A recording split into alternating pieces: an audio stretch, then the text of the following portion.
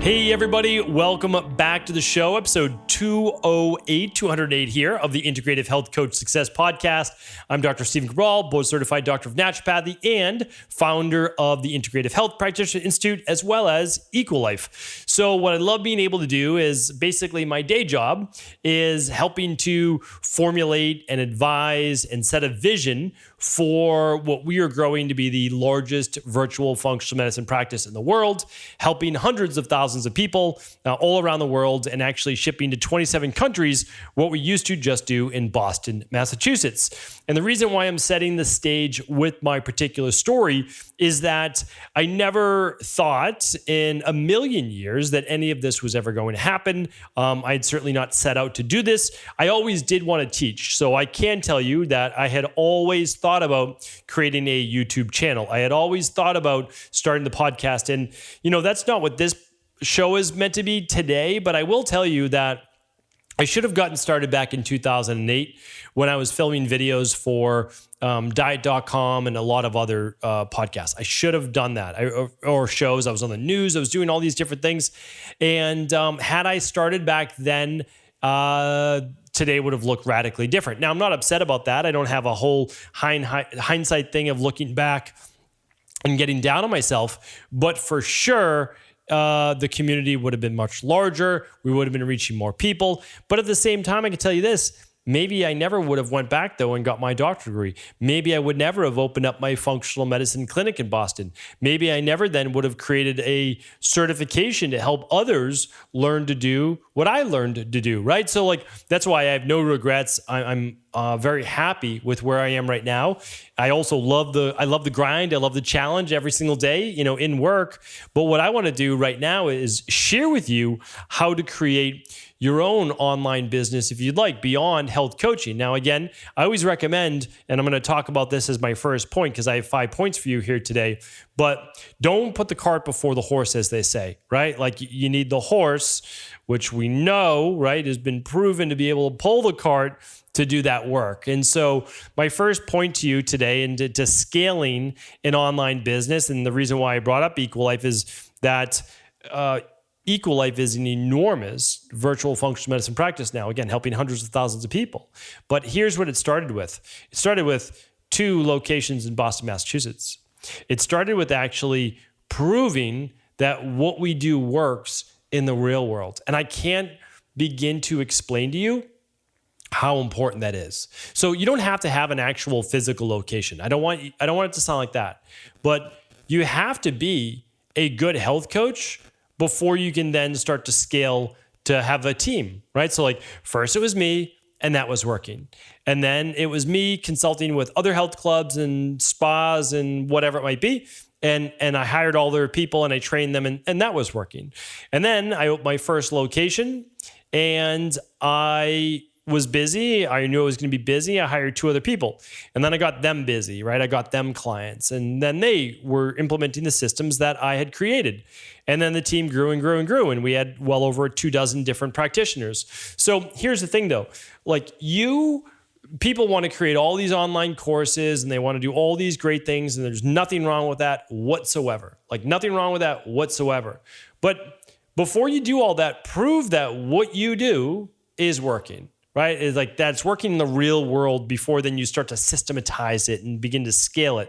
This is really important because your number one job as a practitioner is to get your clients results. Now, they could be customers that are doing it online on their own. It's kind of like a guided, or they can be direct one-on-one clients. But no matter what, your number one job is to get them clients. So I see a lot of people starting online businesses right now, but they've never gotten someone results. Now, maybe a couple people. Again, I understand that. But if you're looking to go at scale, get more than a couple people results. I know doctors that have graduated literally as naturopathic doctors and never worked for more than a couple of months in an actual practice. And again, I'm not coming down on them. I have no issue with that. However, anybody who wants to run their business or run their life is fine. But why I think that it's important, why I'm calling this out, is that you don't even know what you don't know. And if you never experience it, you can't actually help the client to the greatest degree. So they set up online companies never having gone through the trials and tribulations of being a health coach and learning what it's actually like to work the process of helping someone get results. And when they're not getting the results that they want, then you need to do this, and then you need to control this variable, and then you need to switch out this. And that's such valuable experience. So point number one is prove that it works. Before you do anything at scale, prove that it works one-on-one. And if you can't do that, then I just don't think I think it's going to be a failed business. So don't do that, right? All right, point number two is this, and I should give you this little caveat, is that one of the reasons why I wanted to share this with you is that I actually just gave this talk to a closed room group of health founders. These are some of the largest companies in the entire world, and I was fortunate enough to be asked to give a presentation. And then I did a huge QA with them as well. So this is 90 minutes, and what I wanted to do was share with them how my vision is for the future of the health-based industry, and that it needs to be built on a rock-solid foundation. And a rock-solid foundation is don't guess what works, know what works. Implement things like the de-stress protocol or your integrative health practitioner level 1, level 2 base foundation and knowledge, and soon coming HPH and level 3. You're going to see all those great things. But again, like, use those things, ensure that they work. Feel free to put your own twist on it, and then you can scale from there, right? But it's so important. All right, number two is this.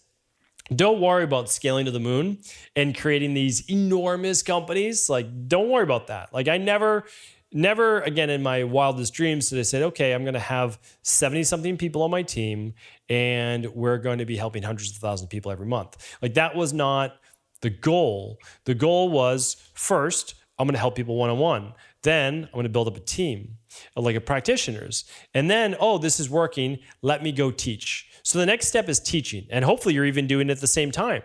So the goal is building your community. So it's building your community on either Instagram or YouTube, or pick your social media channel. You don't have to do all of them, right? But just pick one. One, it's going to help you get results, but it's also, you're going to build a voice there, and you're going to start to build a community around what you believe and how you help people, and that's going to be amazing. But then that is going to then allow you to reach more people, because maybe not everybody can pay you $290 a month as a health practitioner, or they can't pay you $490 a month, or whatever it might be, right? Depending on whatever you're charging. But maybe you're going to have an offering that's $49 a month, and more people might be able to take advantage of that. Well, build a community. Don't forget about those people, right? You're going to be able to make offerings to them. So the second one is this: build a community or partner with someone. And I just talked about that, 2 weeks ago, episode 204. We'll try to link that up at ihp.coach/208 today, along with the 3 big takeaways. So if you are not the person to be the voice of the company, that's okay. It honestly is. Every company needs 2 people. And why don't I talk about this with number 3? So number 3 is creating the foundational team. Beyond your practice team, your health coaching team, there's going to be 2 people in every company. There is the visionary strategist, and then there is the amazing organizational implementer, okay? One is more of a creative formulate type, that I would say that's more who I am. And then there's one who's a great spreadsheets, organization, hiring, management people type. You need both to run a great organization. You really do. Okay, who do I hire then for my 3 different teams? I've got IHP, I have Equalife, and then I have the kind of the Cabral wellness brand, or StephenCabral.com brand. Okay, I hire for my weaknesses, which is managing people, customer support, day-to-day operations, etc. I can do them, but it drains me of my energy. That's how I know it's not a strength of mine. Like, I can do the work if I have to do the work, right?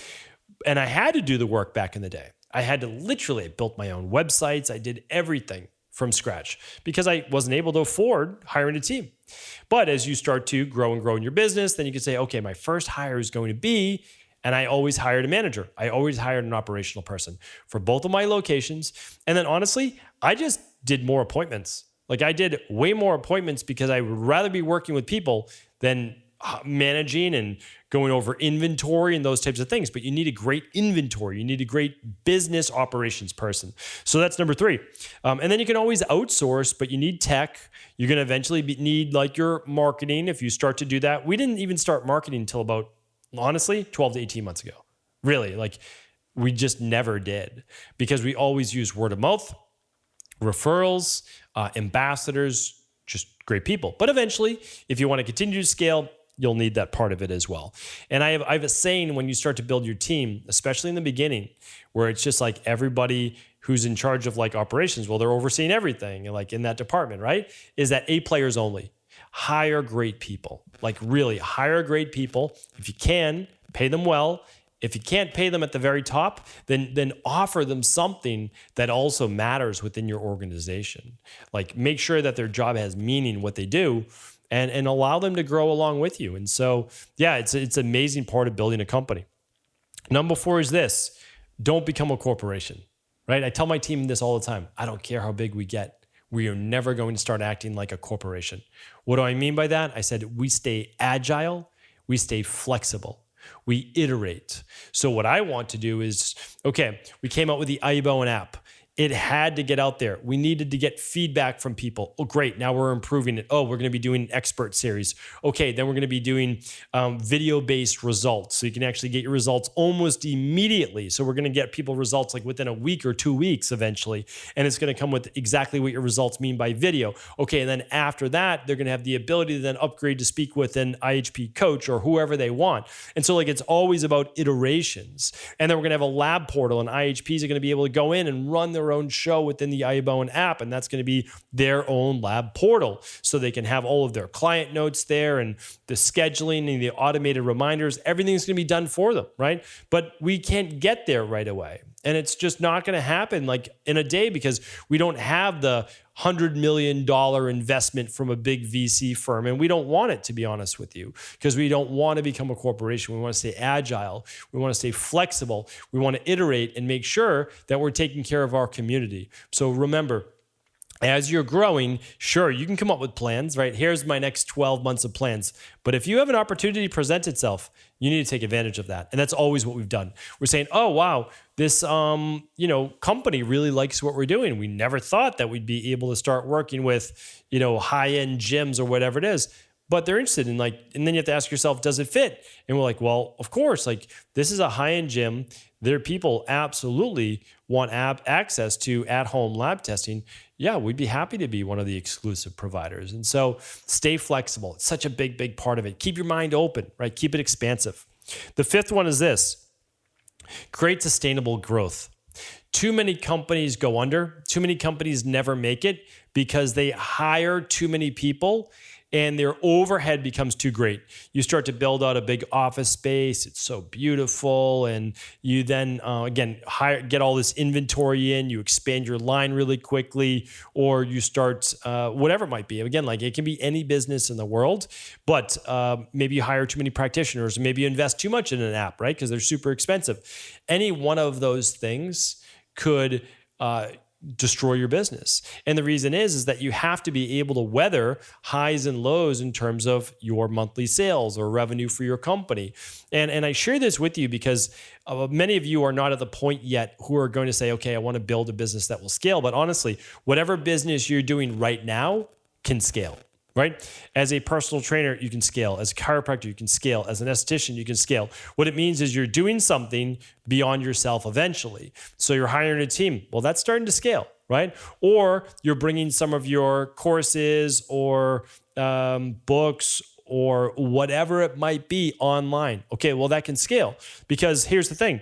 Let's say you sell, let's even just say you sell 20 of your ebooks or books or whatever a week on your website. Okay, well, it does mean that you're potentially having to answer 10, 20 or so questions more a week through email. Okay, and then that's 100 a month. Well, what if you start selling 10 a day?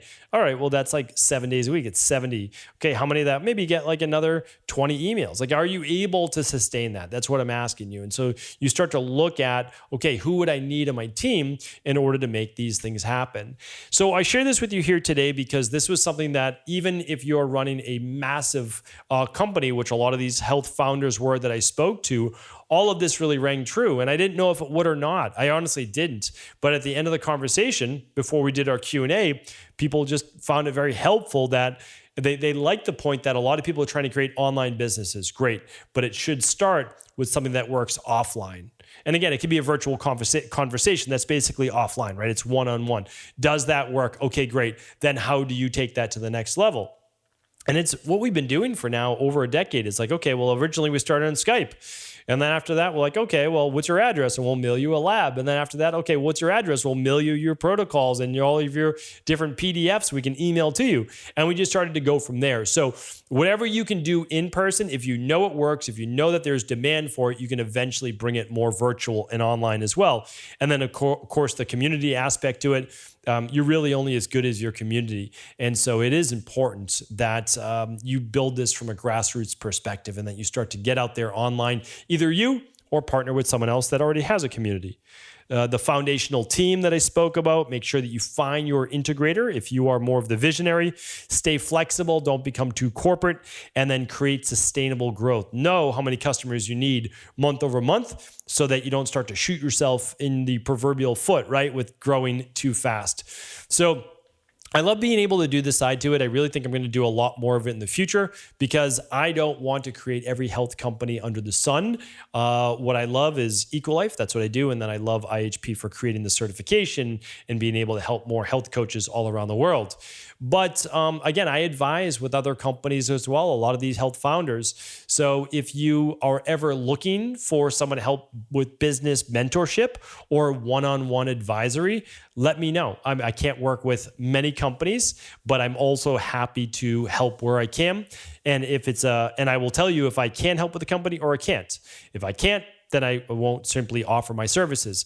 But if you're doing something in the health-based space, it might be great. I might like to work with an advisory role if it's a good fit. If you feel it's a good fit, again, I'd be happy to help. Just again, we've got people reaching out, so I just want to make this a little bit more formal. But this is only for like less than probably 1 to 2 people that are listening to the show. But maybe it's you, and so you can just email support@stevencabral.com. That's all you have to do. Support@stevencabral.com, and just write inside of it business advisory or mentorship. And my team will get it over to me. But I hope these 5 steps were helpful. It's something to think about for the future. Again, hopefully right now you're doing one-on-one, or maybe you're doing group, and you're starting to build maybe a little bit of a team. But get yourself busy first. Prove that what you do works. You can always scale things from there, but create a strong base. That strong base is going to allow you then to also generate the revenue you need to reach more and more people. So hopefully this was helpful. Thanks so much. I appreciate you. I thank you. And let us know what you thought in the comments. All right, take care.